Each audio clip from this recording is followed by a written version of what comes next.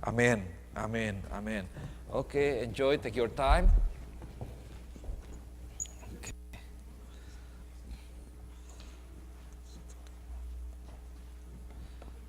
Alright. Teenager, just by himself. Oke, saya sapa dulu pemirsa yang mungkin menyaksikan di online, di channel YouTube kita, dimanapun Anda berada. Selamat bergabung, selamat menikmati, mendengarkan firman Tuhan. Yang di tempat ini silahkan kalau mau pindah, kalau mau geser boleh, supaya saya nggak terlalu jauh ke kanan ke kirinya. Oke, kita sudah berdoa ya. Kita siapkan hati kita yang terbaik supaya bisa mendapatkan firman Tuhan yang terbaik. Dan sore hari ini Bapak Ibu Saudara yang kasih Tuhan, ini adalah minggu ke-5 di bulan Oktober ya. Kita sudah belajar tentang rest from restlessness. Bagaimana Tuhan itu menyediakan yang terbaik untuk jiwa kita sehingga kita bisa memiliki kelegaan yang daripada Tuhan. Sore hari ini saya mau sampaikan satu firman Tuhan sebagai bagian daripada tema yang sudah kita pelajari, dan ini merupakan sebuah firman yang saya berdoa, saya percaya praktikal atau kita boleh diingatkan kembali, karena memang seringkali kita lupa terhadap hal-hal yang praktis, hal-hal yang mendasar. Kita kadang-kadang terlalu jauh, terlalu pikirnya terlalu yang luar biasa, tetapi waktu kita boleh memberikan fokus perhatian yang baik terhadap hal-hal yang mendasar ini, itu boleh membangun kehidupan kita, dan pada akhirnya kita boleh benar-benar merasakan kelegaan yang daripada Tuhan yang memang kita butuhkan masing-masing di dalam kehidupan kita. So, saya mau recap aja apa yang sudah kita pelajari sama-sama dari minggu pertama sampai minggu keempat. Kita belajar dari kitab Matius pasal yang ke-11, itu bagaimana Yesus memberikan undangannya ya kepada kita. Dia mengundang kita untuk datang kepadanya, kemudian untuk mendapatkan rest for our souls, mendapatkan kelegaan bagi jiwa kita. Tetapi iblis dia tidak mau untuk setiap umat Tuhan mengalami kelegaan, mengalami kelepasan, mengalami istirahat yang daripada Tuhan. Maka dari itu iblis akan selalu mencoba sedemikian rupa dengan setiap muslihatnya, dengan tipu muslihatnya, dengan jebakannya, untuk umat Tuhan itu tidak datang kepada Tuhan, untuk mereka tidak kembali kepada Tuhan, sehingga pada akhirnya dari seharusnya mereka mendapatkan istirahat, mereka mendapatkan kelegaan, tapi karena tipu muslihat iblis mereka akhirnya lewat gitu. Berkat Tuhan itu lewat, tidak diterima. Tanpa sadar, waktu kita tidak datang kepada Tuhan, kita sebenarnya sedang melewati atau menyia-nyiakan berkat yang Tuhan siapkan buat setiap kita. Nah, kemudian dalam 2 minggu terakhir kita belajar bagaimana tentang sebuah yang namanya yoke atau beban atau kuk yang Tuhan berikan, di mana kuk yang daripada Tuhan itu satu beban yang ringan, mudah, yang Tuhan sediakan buat kita. Pada akhirnya kalau kita bandingkan dengan kuk yang iblis taruh, yang iblis berikan, itu jauh lebih ringan kuk yang daripada Tuhan. Dan berjalan bersama dengan Tuhan, di mana kita tahu ada penyertaan Tuhan, ada berkat Tuhan, ada pemenuhan yang daripada Tuhan, itu yang pada akhirnya membuat kita bisa menikmati kehidupan kita dan maksimal dalam setiap hal yang Tuhan sudah percayakan dalam hidup kita. Nah, saudara yang kasih Tuhan, kita tahu hidup itu tidak mudah. Kalau ingat pertama kali waktu Pastor Zulfi sampaikan, life is hard and then being alive is hard. Hidup itu nggak mudah, untuk bisa bernafas aja tidak mudah. Otot jantung bekerja luar biasa, semua bagian tubuh kita secara fisik bekerja luar biasa. Belum lagi ditambah hal-hal yang terjadi di dalam kehidupan kita dari hari ke hari, ada masalah dalam hubungan, dalam pekerjaan, dan lain sebagainya. Untuk itu Tuhan tahu bahwa kita ini membutuhkan yang namanya istirahat atau kelegaan, karena banyak sekali yang membebani. Jadi kita perlu lega, perlu lepas, perlu istirahat juga. Nah, menarik bahwa ternyata saya pelajari, kalau kita lihat di sekeliling kita, saudara juga pasti bisa melihat mungkin ada hal-hal yang lain yang dunia tawarkan untuk kita memiliki kelegaan atau untuk kita memiliki rest, untuk kita bisa menikmati istirahat gitu dari kesibukan sehari-hari, dari beban sehari-hari. Nah, ini menarik nih. Saya mau kasih ini ada satu berita yang diambil dari namanya ini dari The Providence Journal. Dia part of USA Today. So USA Today Network ini koran ya. Dari Providence Journal. Ini di beritanya keluar tanggal 28. Berarti hari apa itu ya? Rabu ya? Ya, benar ya. Kamis, ya. Kamis lalu, baru. Pagi dimasukin, kalau di situ ada jam 4, jam berapa? Jam 5 subuh kalau nggak salah, terus diedit jam 4, sekitar jam 4 sore. Nah, beritanya ditulis judulnya seperti ini. Ini adalah program untuk mengajarkan orang-orang yang burn out, yang stres, yaitu khususnya healthcare workers, bagaimana mereka untuk bermeditasi, gitu. Saya bukan dokter, saya bukan suster, tapi saya kerja di rumah sakit. Jadi saya ketemu pasien dan saya juga merasakan bahwa bagaimana sebenarnya beban daripada orang-orang yang bekerja di rumah sakit atau di healthcare setting. Karena mereka ini ketemunya orang yang sakit ya, dan melayani orang sakit itu kan gak gampang. Gitu. Kita ketemu orang sehat aja kadang-kadang ya repot juga gitu. Apalagi orang yang sakit dengan segala beban, bukan hanya fisik tetapi mereka berkomunikasi, mungkin ada beban hal-hal yang mereka ceritakan, pasien cerita dan lain sebagainya. Nah, ini menariknya begini, bahwa ternyata memang tidak bisa dipungkiri bahwa banyak sekali seperti nurse, dokter, dan orang yang bekerja di healthcare setting atau healthcare workers, pekerja-pekerja di dalam bidang kesehatan ini, mereka ini memang burn out, mereka capek, mereka lelah begitu ya, mereka lelah berbeban berat. Sehingga bahkan banyak dari mereka yang pada akhirnya mundur, apalagi ini dengan vaksin dan lain sebagainya. Tapi banyak orang yang nggak kuat gitu, karena apalagi waktu awal-awal pandemi kita tahu bahwa satu nurse, satu rumah sakit itu bisa pasiennya banyak sekali, sampai bednya penuh, IR-nya penuh. Saya kalau tidak salah dengar baca ini York Hospital ya kalau nggak salah, itu IR-nya tutup gitu karena kekurangan pekerja. Nggak ada suster, nggak ada dokter, kekurangan pekerja. Di Wentworth Douglas sampai sekarang kadang-kadang kalau saudara tahu itu begitu masuk dari emergency itu langsung di situ ada kursi-kursi itu langsung ditutup. Jadi nggak bisa masuk langsung ke ruang tunggu karena banyak orang yang sakit. Bahkan sampai hari ini satu minggu ini saya lihat, kalau saya berapa kali ke sana, ini pagi sih belum, tapi kalau udah siang udah mulai dibatasin, udah dikasih kursi-kursi, orang nunggu duduk. Jadi kayak di Indonesia saya pikir. Tapi ya karena memang pekerjaannya kurang gitu. Untuk yang melayani kurang. Jadi kebayang bahwa satu suster mungkin itu perlu cepet-cepet ya yang melayani ini, balik lagi ke sini. Wah, belum termasuk semuanya yang di administrasi, belum dokter, mereka bolak-balik, yang cek darah di laboratorium karena banyak yang masuk, semuanya mesti cepat. Jadi beban tinggi, beban kerjanya begitu berat, sementara pekerjaannya kurang dan mereka capek dan wajar. Ini berita beneran gitu ya. Jadi ini mereka ini burn out, mereka capek, mereka stres. Dan ada satu program yang ditawarkan di sini yaitu meditasi katanya. Caranya supaya nggak burn out, supaya relax, supaya lega, yaitu dengan meditasi. Nah, ini sebuah tawaran yang ditawarkan atau yang available, yang bisa kita temukan dalam kehidupan kita sehari-hari.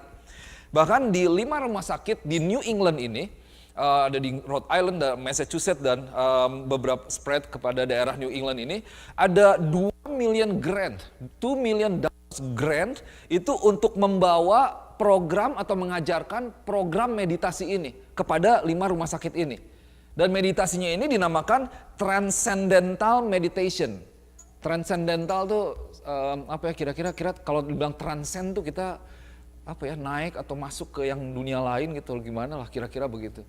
Transcendental meditation. Jadi ditawarkan, diajarkan kepada dokter, kepada suster, kepada yang bagian administrasi, pokoknya semua medical profesional yang mengalami stres dalam pekerjaan mereka diajarin, ayo ikut ini, supaya nggak capek nih, supaya nggak, pekerjaan tetap ada, tapi gimana bisa tetap terus bekerja, besok datang lagi kerja, besok bisa tetap sehat secara mental. Nah, supaya mereka nggak stres, nggak trauma atau burn out khususnya dalam masa pandemi ini. Nah, ini menarik kalau lihat di next slide. Programnya itu seperti ini. Jadi dalam bentuk yang paling sederhana, saya nggak tahu di sini bisa kelihatan nggak ya. Ini jadi saya bacakan, the Transcendental Meditation Non-Profit describe the practice. Jadi meditasi ini itu allowing your active mind to easily settle inward. Jadi pikiran kita tuh biar tenang di dalam, kemudian through lewat yang namanya quieter levels of thought. Jadi pikirannya ditenangin aja, pokoknya tenang, sepi gitu ya. Sampai engkau boleh mengalami namanya the most silent, yang paling sepi dan kemudian yang paling damai, level yang paling sepi, level yang paling damai di dalam kesadaran gitu. Jadi kita emang menenangkan diri. Yang secara sederhana digambarkannya begini, in its simplest form, Nader said, ini dokter, transcendental meditation is sitting in a chair and closing the eyes, allowing yourself to naturally follow the mind's course. It requires very little effort, he said, and can be done in 15-20 minutes per day. Nah saudara, ini duduk di sini bisa kita sejam setengah sambil ada berdirinya gitu ya, kira-kira 1 jam setengah kurang lah kira-kira. Tapi buat ini namanya transcendental meditation itu ditawarkan, diajarkan cuma sederhana. Duduk 15 menit, tutup mata mungkin ya, terus diem. Diem aja, terus diem, hening gitu. Terus biar, nah ini, saudara perhatikan yang saya garis bawahi. Allowing yourself to naturally follow the mind's course. Jadi pikirannya kemana itu diikutin. Ya. Jadi bukan diarahkan, diikutin. Pikirannya kemana, diam, pikirannya kemana, diikutin. Oke. Nah ternyata memang, ini tentu sudah ada ujiannya, bahwa memang untuk beberapa orang menolong katanya. Menolong, tertolong. Jadi mereka merasakan bahwa ya setelah ikut program ini, terus setiap hari lagi kerja gitu, bahkan di beberapa rumah sakit ini dibikin sebuah ruangan yang khusus untuk orang datang, duduk, diem gitu, merem gitu ya. Ya tenang aja gitu. Itu wow, menarik ya. Emang disediakan, dibikin ruangannya gitu. Jadi nggak ribut, mungkin pakai peredam segala macem. Jadi untuk orang tenang, diem. Tapi sebenarnya kasih Tuhan, tidak bisa dipungkiri juga bahwa ternyata ada orang yang merasakan manfaatnya, mereka katanya bisa tidur lebih enak, besok pagi bisa lebih seger, bisa melakukan pekerjaan lagi dan tertolong dengan metode ini dan akhirnya direkomendasi. Tapi saudara perhatikan, di sini transcendental meditation ini, oke, terlepas daripada orang yang bisa merasakan manfaatnya, tapi saya lihat kalau kita lihat di sini dikatakan basically dia tuh mengizinkan diri kita untuk secara alami mengikuti pikiran kita. Okay. Itu transcendental meditation. Sementara kalau kita baca, saya coba Google, berapa kali sih pikiran itu muncul dalam satu hari.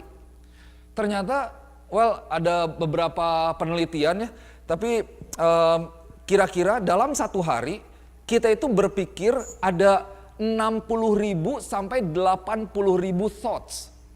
60.000 sampai 80.000 pikiran yang muncul dalam otak kita. Satu hari. Berarti 1 jam itu sekitar 2.500 sampai 3.300 pikiran. Wah, mikirin jemuran, mikirin kompor udah matiin belum, setrika udah dicabut belum ya, anak gimana tadi, rumput belum dipotong, aduh gereja tadi udah dimatiin belum, aneka market, oh ini tambah mahal, plastik tambah mahal, oh nanti mau liburan kemana, wah pokoknya berseliweran tuh. Berarti dalam 15-20 menit kira-kira ada 1.000 pikiran dalam pikiran kita. Itu facts. Nah, kalau kita biarkan di sini ya, kayak kalau saya sambungkan di sini, sementara di sini disarankan kita diam, kemudian kita mengikuti, ya, to follow the mind's course. Jadi pikirannya ngarahin kemana, kita ikutin aja. Saudara yang kasih Tuhan, ada 1.000 kira-kira dalam 15-20 menit yang ada dalam pikiran kita. Kalau pikirannya mengarahkan ke yang baik, kita bisa fokus ke yang baik, ke yang tenang. Jadi bagus. Tapi kan namanya pikiran kan bisa begitu wild ya. Tiba-tiba pikirnya yang lain, pikir yang buruk, atau tadi aja bisa pikirnya di rumah ini setrika udah dicabut apa enggak, karena saya suka gitu sih kadang-kadang nyetrika gitu, udah cabut belum ya. Atau hal-hal yang intinya bagaimana kalau ternyata apa yang kita pikirkan itu satu hal bukan yang baik, tapi hal yang negatif atau satu hal yang buruk. Karena apalagi kalau lagi diem kan bisa jadi ini tambah fokus pikirannya. Nah, ini yang menurut saya kalau buat saya ini satu hal yang berbahaya di dalam metode ini. Meskipun sekali lagi ini ada yang menolong orang. Saya bandingkan dengan satu cerita. Waktu saya kecil, waktu saya SD, saya sempat ikut yang namanya karate. Nah itu ada namanya meditasi. Meditasi itu ya seiza, katanya duduk Jepang gitu yang kakinya di belakang gitu. Udah gitu si sensei saya itu pelatihnya ngajarin, ayo sekarang tutup mata kemudian kosongkan pikiran. Nah saya udah tahu tuh waktu dari sekolah minggu kan kosongkan pikiran. Wah gua kesambet ntar repot juga gitu ya. Kosong pikiran siapa yang ngisi, benar gak? Kosongkan pikiran, jadi enggak. Pokoknya ya saya ikutin aja posisinya begitu. Tapi nanti pas kosongkan pikiran, saya nggak mau kosongkan pikiran, saya mikir macam-macam justru. Ntar banyak kosongkan pikiran, apalagi di Indonesia kan ya terkenal gitu. Kita udah tahu dari kecil, jangan kosong pikiran, jangan kosong. Sampai kuliah itu kalau ke gunung kemana, jangan kosong, nanti ada yang ngisi ntar kesambet. Karena pikiran seperti itu. Nggak boleh kosong, kalau kosong ya ada yang ngisi bisa jadi. Atau dengan 1000 thoughts dalam 20 menit itu bisa kemana-mana gitu. Jadi intinya saudara boleh lihat ini ada banyak sekali hal yang bisa terjadi ketika kita contohnya mengikuti program ini. Setuju nggak? Gitu ya. You just follow your mind's course. Kemana? Kalau baik syukur, kalau jelek ternyata ya bahaya juga. Begitu. Nah itu yang bahayanya. Nah kita bandingkan dengan apa yang Yesus katakan. Apa yang Yesus katakan yang kita pelajari selama ini, Matius 11 ayat 28 sampai 30 dikatakan, datanglah kepadaku semua yang berbeban berat, letih lesu dan berbeban berat, and I will give you rest. Pikulah kuk yang kupasang dan belajarlah daripadaku. Karena aku ini lemah lembut gitu ya, dan humble in heart, and you will find rest for your souls. So it is guaranteed. Buat saya ini garanti. Ini firman Tuhan katakan, you will find. As you come to me, as you take my yoke, as you learn for me, you will find rest. The rest that your souls need. The rest for your souls. And then for my yokes is easy and my burden is light. Wah, Tuhan tawarkan sesuatu yang pasti. Kamu datang kepada saya, kamu akan mengalami kelegaan. Gitu. Jadi memang secara sederhananya waktu kita lagi kerja, saya boleh encourage mungkin saudara melakukan hal yang sama. Bisa jadi duduk, diam, tenang, gitu ya. Tenang, tutup mata kalau perlu. Tapi fokuskan pikiranmu kepada Yesus. Bukan membiarkan pikiranmu untuk dipimpin oleh pikiranmu sendiri. Karena pikiranmu bisa pikir macam-macam. Gitu. Nah kita lihat dulu ya dalam kitab Yohanes 1 ayat yang 1. Apa yang firman Tuhan katakan? Yohanes pasal yang pertama ayat yang pertama. Pada mulanya adalah firman, firman itu bersama-sama dengan Allah dan firman itu adalah Allah. Oke. Pada mulanya adalah firman, firman itu bersama-sama dengan Allah dan firman itu adalah Allah sendiri. And the word was God. Nah saudara yang dikasih Tuhan, waktu Yesus katakan come to me. Oke, kita sudah belajar ya, bahwa datang kepada Tuhan ya kita datang melalui meditasi firman Tuhan. Kita datang beribadah, bersekutu bersama-sama dengan jemaat Tuhan. Kita membaca firman Tuhan tentu dan kita berdoa. Nah Yesus kan sudah naik ke sorga, dia mengirimkan Roh Kudusnya kepada kita. Dan dari Yohanes 1 ini dikatakan bahwa firman itu adalah Allah. Jadi firman Tuhan itu sekarang itu adalah wujud daripada pribadi Allah sendiri. Di mana lewat firman Tuhan kita bisa mendapatkan Tuhan. Dan waktu kita datang kepada firman Tuhan, kita sedang datang kepada Tuhan. Atau sebaliknya sama aja. Kalau kita datang kepada Tuhan, yaitu kita datang kepada firman Tuhan. Kita melihat firman Tuhan, kita merenungkan firman Tuhan. Sehingga firman itu yang mengarahkan kehidupan kita, yang memberikan kelegaan di dalam kehidupan kita. Nah dari sini kita bisa punya pengertian bahwa Tuhan ini menyatakan dirinya melalui firman-Nya saat ini, betul ya? Setuju ya? Kita bisa misalnya mendengar apakah Tuhan berbicara lewat nabinya, Tuhan menyatakan atau memberikan impresi dalam diri kita. Tetapi pada intinya semuanya itu kembali kepada firman Tuhan. Tuhan berbicara lewat firman-Nya. Tuhan tidak mati, firman-Nya itu diberikan buat setiap kita. Jadi kita perlu lari kepada firman Tuhan. Ada satu lagu dari Hillsong yang saya suka, ini lagu tahun 90-an gitu ya. Dibilang, I will run to you, to the words of you. Jadi lari, aku mau berlari kepada Tuhan. Lari kepada firman Tuhan. Jadi waktu kita datang kepada Tuhan, itu berarti kita memang datang kepada firman Tuhan.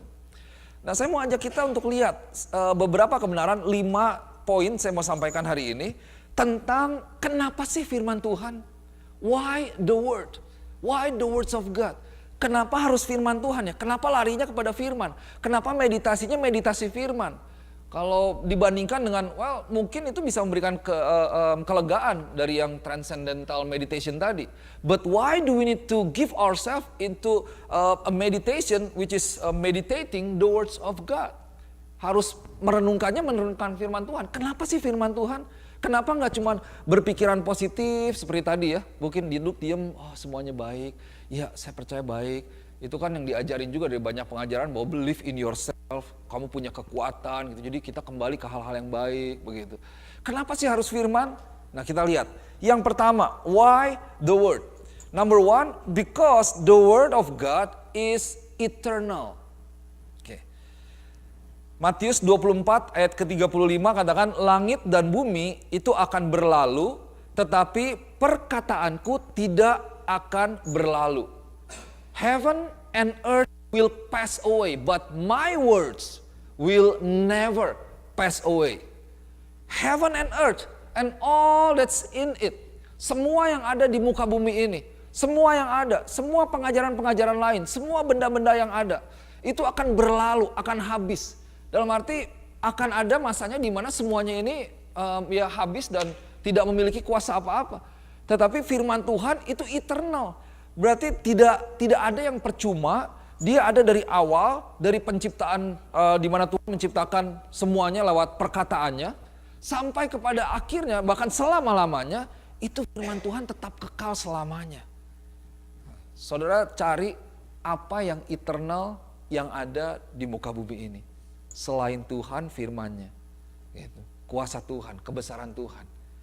Disitulah kita bisa memiliki sebuah jaminan dan sebuah ketenangan, sebuah kekuatan. Mengetahui bahwa, firman Tuhan itu adalah firman yang luar biasa. Dia tidak akan pernah hilang. Dia tidak akan pernah habis. Dia tidak akan pernah hancur. Tapi firman Tuhan yang tetap dari sekarang untuk selama-lamanya. Okay? This might just be information, but it is solid information knowing that the words of God is eternal. Bahwa firman Tuhan itu memang tidak akan berlalu, tidak akan pernah gagal. Yang kedua kita lihat, the word of God is alive and powerful.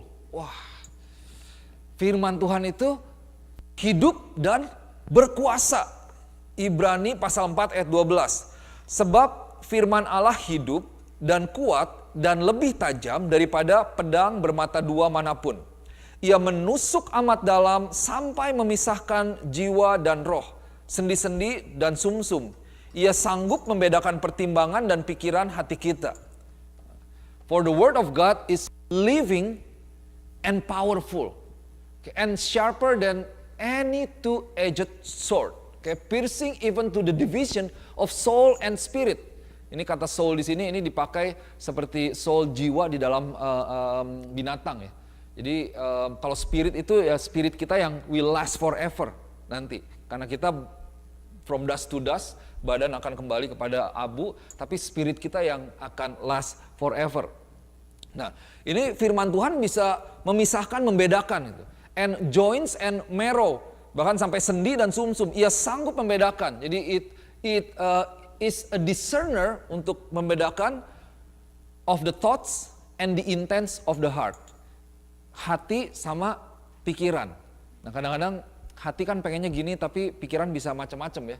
Maka dari itu kalau sedikit saya ambil contoh dari saya mau terangkan thoughts and the intents of our heart. Firman Tuhan kan sampaikan supaya kita menjadi sehati sepikir gitu sebagai umat Tuhan. Kadang-kadang kita sehati nih, ayo pengen liburan.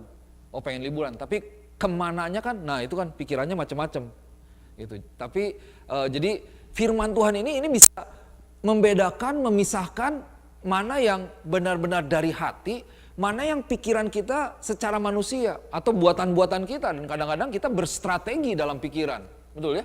Kita dalam mau melakukan sesuatu, kita berusaha untuk apa yang menjadi baik menurut kita, dan kita berusaha mengarahkan semuanya, mengarahkan ide, mengarahkan orang untuk setuju pada apa yang kita inginkan. Tapi firman Tuhan, dia bisa membedakan semuanya itu. Jadi saudara yang kasih Tuhan, firman ini dikatakan pertama, dia adalah firman yang hidup. Kalau dibilang hidup, dia berkuasa. Beda dengan benda mati. Benda mati tidak bisa melakukan apa-apa. Tapi seorang anak yang paling kecil sekalipun, karena dia hidup, dia berkuasa. Berkuasa mengatur kehidupan orang tua. Nah, ini yang punya bayi ketahuan ya. Waktu kecil, punya anak kecil ya hidup diatur oleh bayi gitu. Ya anyway, dia berkuasa, dia memiliki sebuah kekuatan. Dia memiliki kehidupan karena dia hidup. Dan firman Tuhan itu hidup.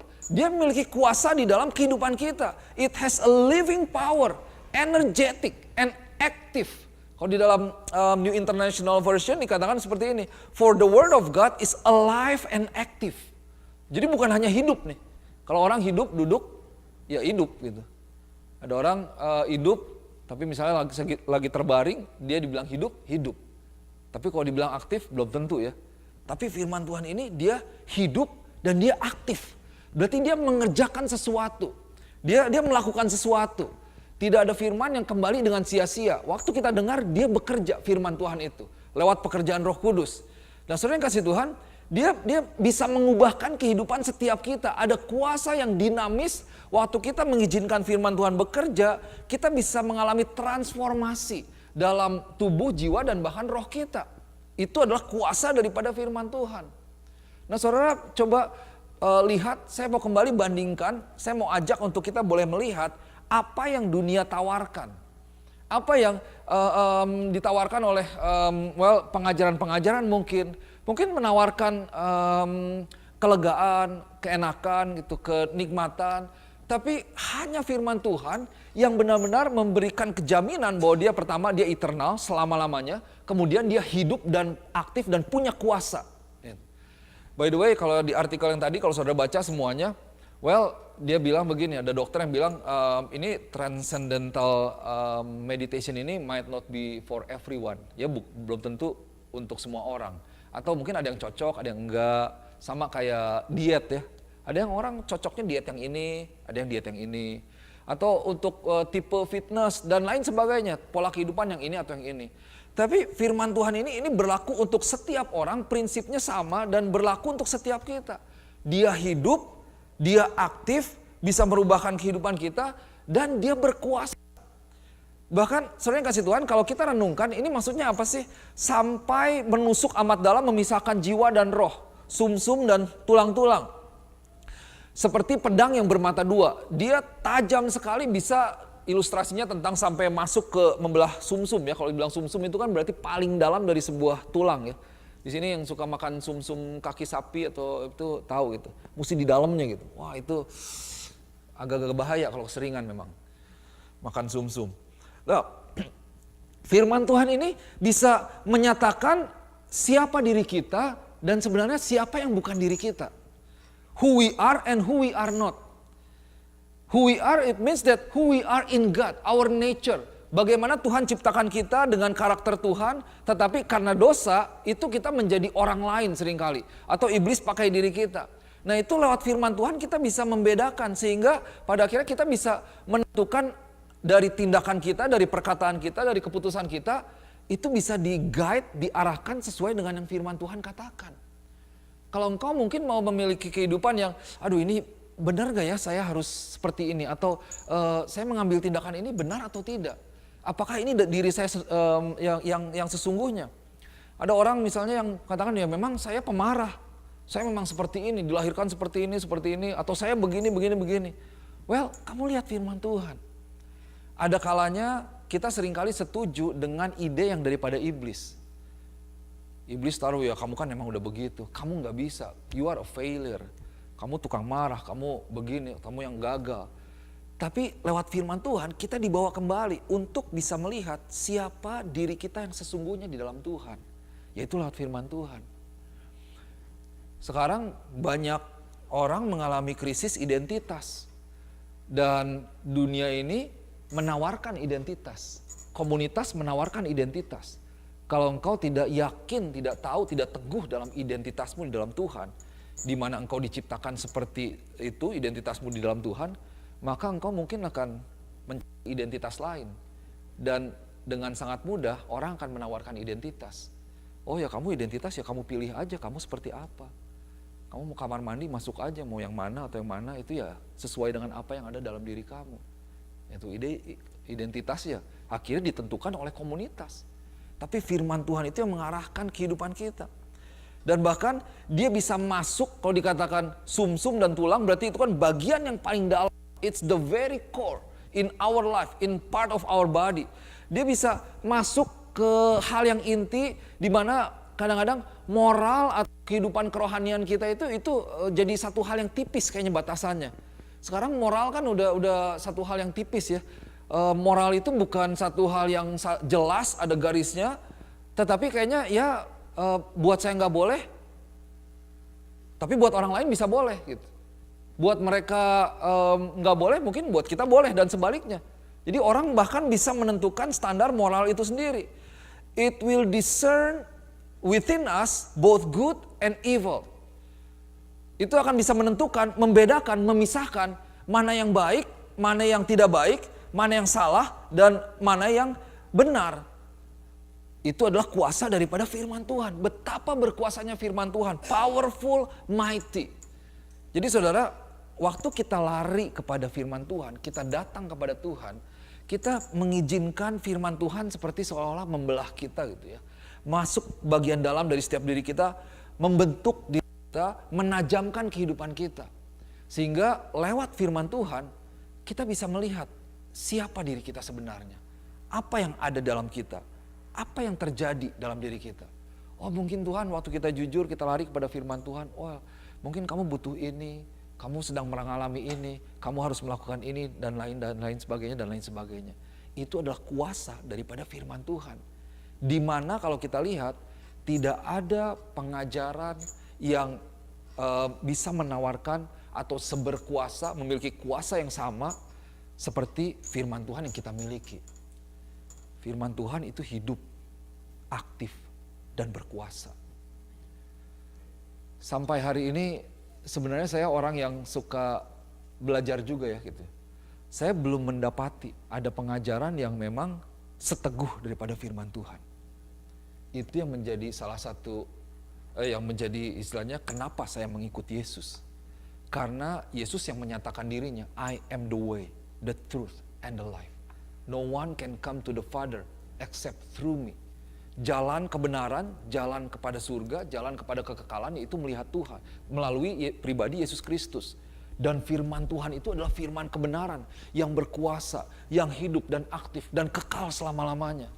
Tidak ada pengajaran, tidak ada perkataan yang berfungsi atau sama seperti firman Tuhan yang kita miliki. Ada amin? So, yang ketiga, kenapa firman Tuhan? Why His word? Because the word of God is right. Right ini artinya seperti apa ya? Kalau dalam Merriam-Webster itu artinya seperti ini, confirming to facts or truth. Jadi dia memang benar gitu. Firman Tuhan ini benar. Kalau orang misalnya lagi disampaikan sesuatu gitu ya, kalau di sini orang nggak percaya, biasanya bilangnya are you kidding me gitu kan gitu. Oh maksudnya yang benar nggak? Atau kalau misalnya kita lagi ngobrol, saya lagi kasih tahu, oh yang benar pastor, gitu. Ah yang benar pak, ah yang benar bu, misalnya begitu kan. Ini benar beritanya, maksudnya begitu ya. Ini benar-benar terjadi tidak? Atau khasiatnya? Anyone scar? Khasiatnya ini benar atau tidak? Berkuasa atau tidak? Gitu. Oke. Nah, jadi saudara, firman Tuhan itu right. For the word of the Lord is right. Oke. And all His work is done in truth. Sebab firman Tuhan itu benar. Segala sesuatu dikerjakannya dengan kesetiaan. Jadi bukannya ini segala firman Tuhan itu benar, bukan berarti firman Tuhan kita sesuaikan dengan kehidupan kita. Karena seringkali, ini yang salahnya. Orang berusaha melegitimasi apa yang dia inginkan terjadi. Dan dia cari firman untuk membenarkan perkataan atau tindakan dia. Gitu ya. Oh ini boleh nih, ini boleh nih, ini boleh nih. Lihat ada kok. Jadi disesuaikan cari-cari firman untuk membenarkan diri dia. Sebenarnya justru kita yang harus mengikuti firman Tuhan. Karena firman Tuhan itu yang benar, bukan sebaliknya. Nah, di dunia ini kembali kalau kita lihat, ada banyak saya lihat pengajaran yang terlihat benar, tetapi sebenarnya salah. Terlihat baik, tapi ternyata tidak baik. Bukan membawa kepada kebaikan, tapi pada akhirnya membawa kepada kejahatan. Bukan membawa kepada keselamatan, tetapi membawa kita semakin jauh daripada Tuhan. Nah kalau dikatakan benar, sebuah fakta, sebuah kebenaran yang kekal selama-lamanya, itu berarti firman Tuhan itu dapat dipercaya. It can be trusted and reliable. Reliable itu apa? Dapat dipegang ya, dapat diandalkan. Itu adalah firman Tuhan. Saudara pegang firman Tuhan, engkau dapat mengandalkan firman Tuhan. Manusia bisa berbohong, betul ya? Tidak seperti ya manusia bisa berbohong, janji tinggal janji, nanti bulan madu tinggal impian lah dan lain sebagainya gitu. Engkau yang berjanji, engkau yang mengingkari. Saya kalau lagi gini kenapa jadi ingetnya lagu dangdut semua gitu ya. Billy nggak tahu mungkin yang generasi saya dan ya tahu ya semuanya. Gitu, tapi luar biasa saudara, firman Tuhan itu benar. Dia bisa dipercaya, bisa diandalkan. Wah luar biasa, unlike people, God does not lie. God does not forget, God does not change His word or leave His promises unfulfilled. Tuhan itu nggak berubah, Dia nggak lupa terhadap janjinya. Dia tidak lupa untuk memenuhi, menggenapi janjinya. Ingat selalu, Tuhan kita adalah Tuhan yang membuat janji.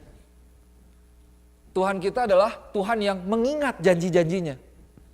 Yang ketiga, Tuhan kita adalah Tuhan yang menggenapi janji-janjinya. Kalau kita buat janji aja kadang-kadang takut berjanji. Saya nggak mau berjanji nanti kalau nggak bisa. Nah, jangan sampai kita ya kalau memang bisa janjikan, oke. Tapi kadang-kadang kita ingat nggak, lupa ya. Udah minjem bayarnya lupa gitu. Banyak ya sering gitu. Bukan duit aja, minjem pensil mungkin atau apa. Udah lupa, udah gitu ya kalaupun ingat kabur, nggak mau menggenapi janjinya. Siapa yang ngomong, siapa yang janji, yang lebih galak siapa sekarang gitu. Yang ditagih malah lebih galak daripada yang nagih. Kan udah kebalik gitu. Tapi Tuhan tidak, firman Tuhan itu benar. Dan setiap janji firman Tuhan itu akan digenapi. Berarti kita bisa menaruh kepercayaan kita karena firman itu adalah firman yang kudus, yang keluar daripada mulut Allah, yang trustworthy, yang dapat dipercaya, yang tidak berubah, unchangeable, dependable, and can be trusted. Wah luar biasa. Kenapa firman Tuhan?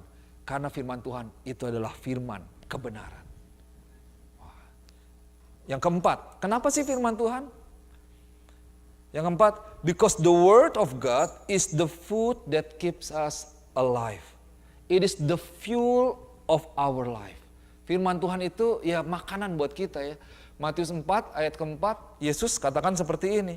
Tetapi Yesus menjawab, ada tertulis, manusia hidup bukan dari roti saja, tetapi dari setiap firman yang keluar dari mulut Allah. Ini ada story-nya, perikopnya, saudara saya percaya tahu. Tapi dari satu firman sederhana ini kita lihat that man shall not live on bread alone, but on every word that comes from the mouth of God. Nah saudara, tubuh kita perlu nutrisi, perlu makanan. Kita makan roti, nasi, pasta, ramen, dan lain sebagainya, whatever lah. Roh kita perlu makanan, yaitu firman Tuhan.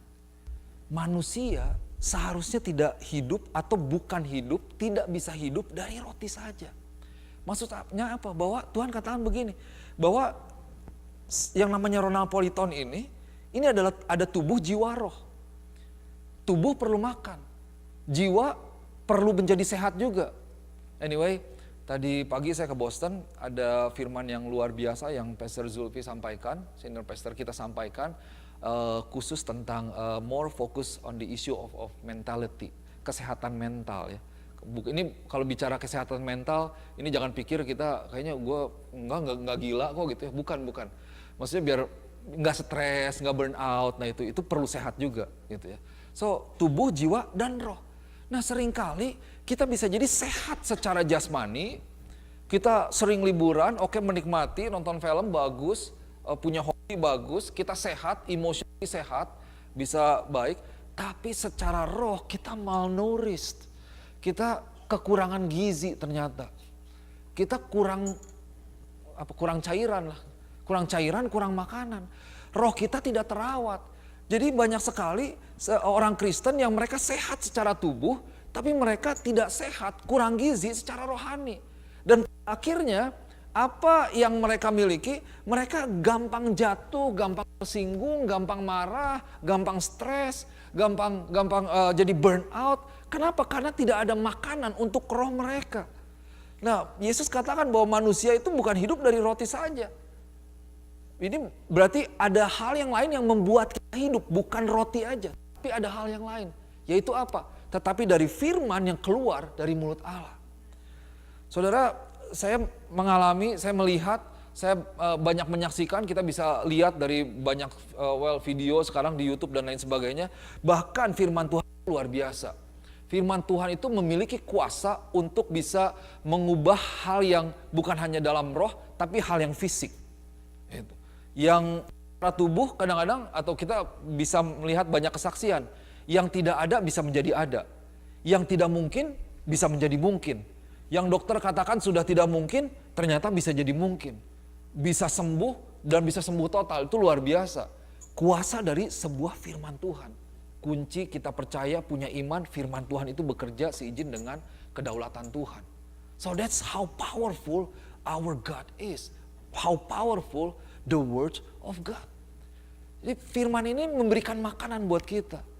Jadi saudara kalau lagi stres, lagi pusing gitu ya, lagi berbeban berat, letih lesu, jangan ngelamun lah.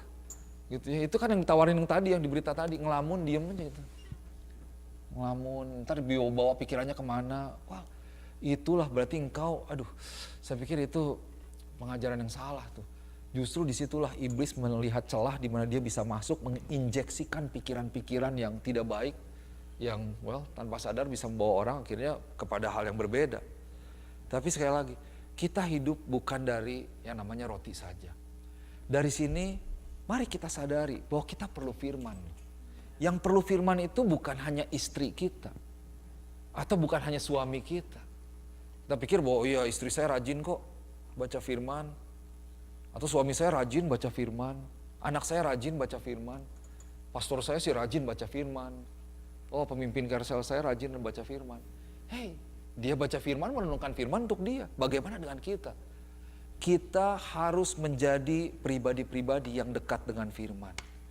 Yang merenungkan firman Tuhan. Ada amin. Yang kelima. The word of God is the guide or guidance of our life. 3G lah, guidance, Google, or GPS. Gitu. Jadi firman Tuhan itu yang memang mengarahkan kehidupan kita. 2 Timotius 3 ayat 16-17.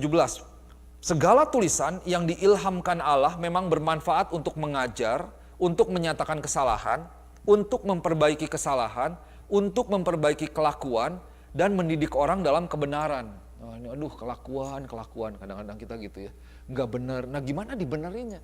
Atau ada orang yang salah. Nih orang udah salah, nih udah ngaco jalannya nih. Dibenerinnya gimana? Atau apalagi nih. Ini kayaknya kurang diajar kayaknya memang, nggak ngerti gitu ya, nggak ngerti manner dan lain sebagainya. Firman Tuhan menjadi kunci gitu. Bahkan ke hal-hal yang praktis loh, dalam kita mendidik anak, hormatilah ayah dan ibumu. Nah, hormatilah orang yang lebih tua. Itu pengajaran buat anak-anak kita yang kita harus ajarkan. Disesuaikan dengan budaya, bagaimana orang Indonesia menghormati orang tua. Kalau lewat di depan orang tua, tunduk, permisi om, permisi tante, kalau mau pulang duluan gitu ya. Meskipun si Jeff bingung kadang-kadang, kenapa orang Indonesia bilang I go first gitu, saya duluan gitu ya. Nggak ngerti ya. Maksudnya kalau orang kita kan I go, ya duluan ya, mari pastor duluan. Si Jeff awal-awal bingung, kenapa orang bilang I go first katanya. Oh enggak Jeff, maksudnya bukan duluan, nanti nyusul gitu kan.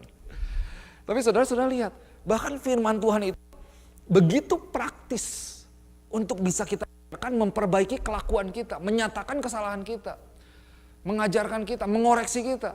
Nah, permasalahannya sekarang, kalau kita lihat, sekarang nih standar yang ditaruh untuk mengoreksi kesalahan, untuk menyatakan kesalahan, itu standarnya udah nggak jelas. Mana yang benar, mana yang salah, udah ya jadi kebalik-balik. Tangan kiri, tangan kanan aja orang udah nggak tahu. Kamar mandi aja nggak bisa bedain. Maksudnya sekarang coba, waduh, ya istilahnya kalau kita bawa bagaimana dengan isu-isu yang sudah umum ya, yang ekstrim pada akhirnya. Buat orang, ada orang tua yang bahkan mendidik anaknya sampai besar, baru dia boleh menentukan, kamu terserah kamu mau jadi laki-laki atau perempuan. Ini yang ekstrim nih, gitu. Atau, sekarang aborsi, membunuh bayi bahkan masih dalam perut pun itu ya oke, itu pilihan ibu. Itu pro-choice, not pro-life. Kalau saudara dengar pro-choice itu seringkali konteksnya tidak sesuai dengan firman Tuhan. Berarti kamu bisa menentukan apa yang kamu mau, apa yang baik menurut kamu, apa yang enak menurut kamu. Meskipun kamu meninggalkan tanggung jawab kamu, apa yang kamu perbuat, ya tinggal apa aja. Kamu lakukan itu tubuh kamu, terserah buat kamu. Kamu mau aborsi, kata bagusnya, membunuh, terserah. Standarnya mesti jelas. Kalau kita pakai standar yang dari dunia ini berubah. Coba lihat, saudara, dulu seperti itu enggak? Mungkin orang-orang tua kita itu jarang sekali ya. Kejahatan dulu sebenarnya tidak separah sekarang. Sekarang kayaknya tidak mungkin dulu, tapi terjadi sekarang. Nah, itulah yang terjadi ketika kita menyerahkan standar kehidupan, standar moral kepada yang namanya pikiran manusia. Pada akhirnya manusia menentukan apa yang enak menurut dia, apa yang baik menurut dia. Orang cenderung tidak mau menanggung konsekuensi atau bertanggung jawab, gitu, berkorban dan lain sebagainya. Bagaimana untuk kita kembali ke sana? Firman Tuhan, luar biasa. Ini simple practical, bermanfaat untuk mengajar kita.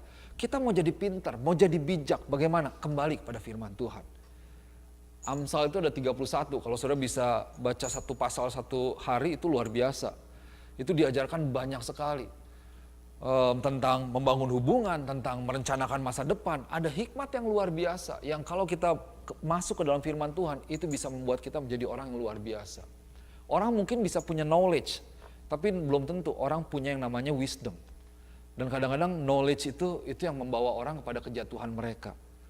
Tapi bagaimana mengaplikasikan knowledge itu dibutuhkan wisdom. Dan wisdom itu kita dapatkan dari Tuhan kita. Semuanya disediakan oleh Tuhan kita. So, yang berikutnya, saudara boleh renungkan ini again and again ya, teaching, rebuking, correcting, and training us. Kita mau menjadi lebih baik, menjadi lebih luar biasa, diarahkan dengan firman Tuhan. Kemudian Mazmur 119 ayat yang ke-105. Firman-Mu itu pelita bagi kakiku dan terang bagi jalanku. Satu firman yang sederhana. So the word of God is like the GPS, like the Google for our life.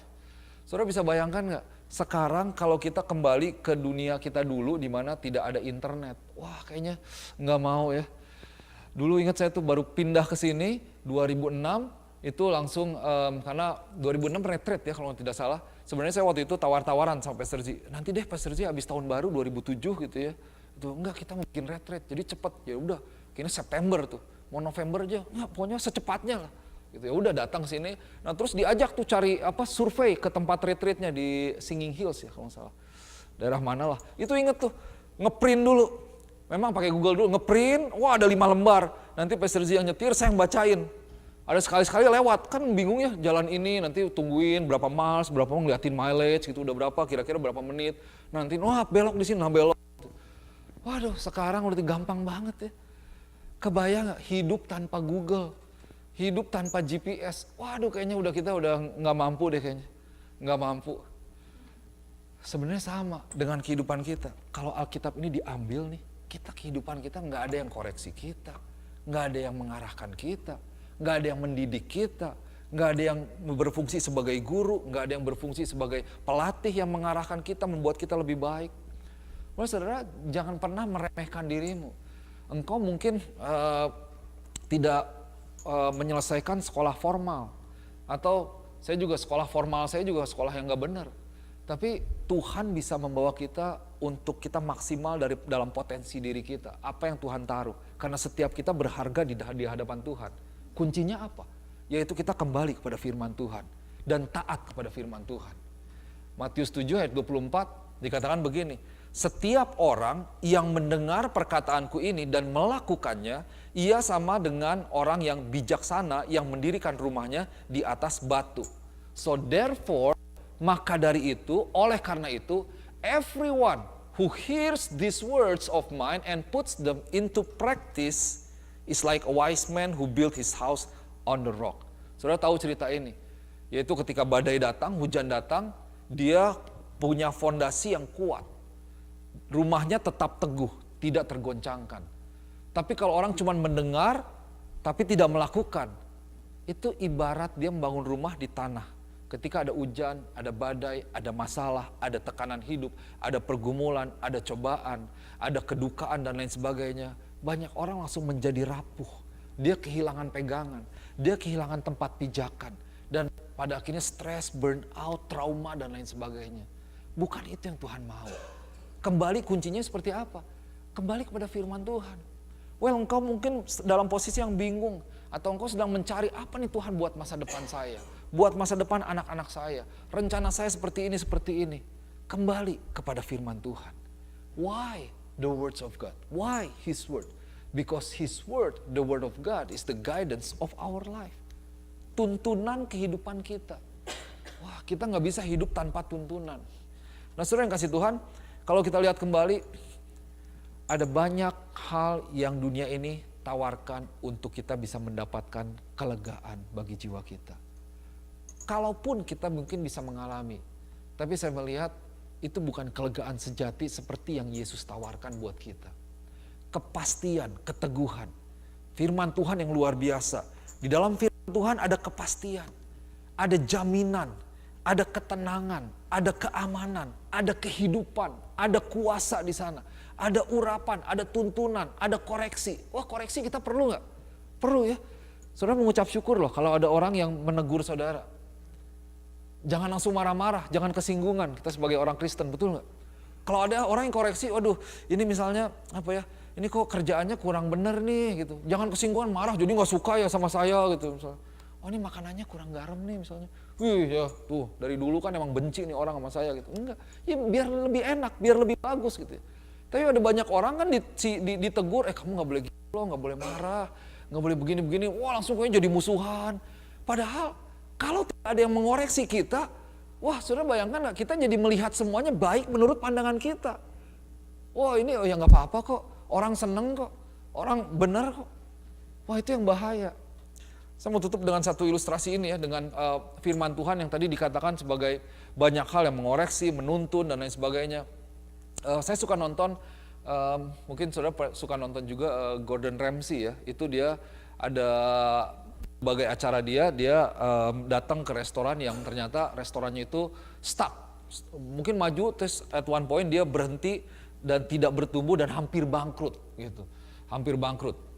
Ternyata pas dikunjungi itu ya masalahnya biasanya ada di ownernya, di bosnya.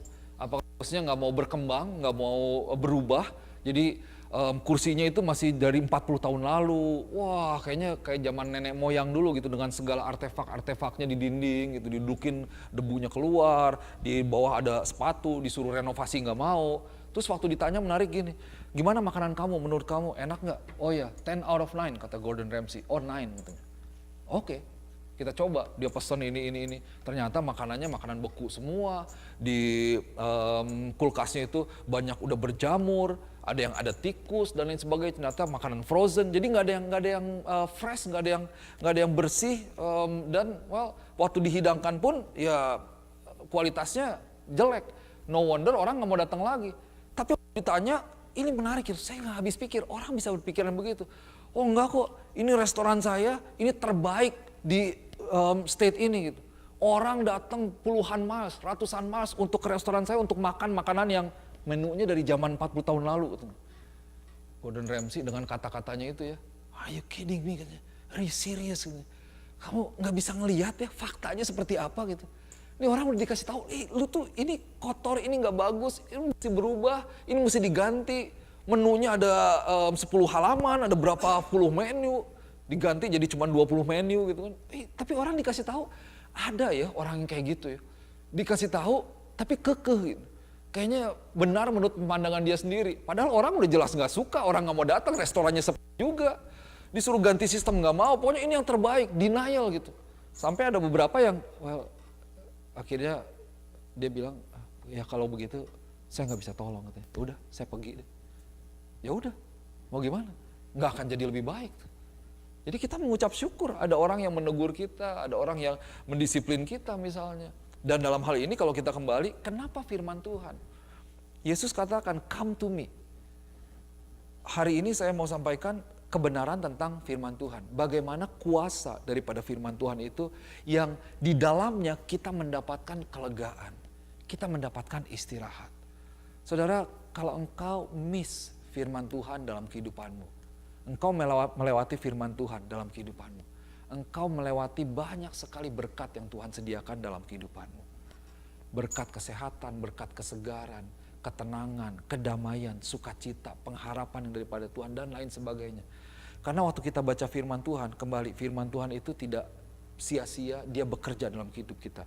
Dia aktif dan dia alive. Dan disitulah waktu kita kembali kepada firman Tuhan itu yang menyegarkan kita. So the word of God is the prescription to restlessness. Firman Tuhan itu saya percaya itu adalah resep terhadap kehidupan yang berbeban berat. Terhadap keletihan, kelesuan yang kita miliki. Kalau engkau mengalami itu semua, mari sore hari ini kita ingat kembali, lihat kembali. Begitu luar biasanya firman Tuhan dan kita kembali kepada firman Tuhan. Di sanalah saya percaya kita boleh mendapatkan kelegaan seperti apa yang Yesus janjikan bagi setiap kita. Amin. Mari kita berdoa.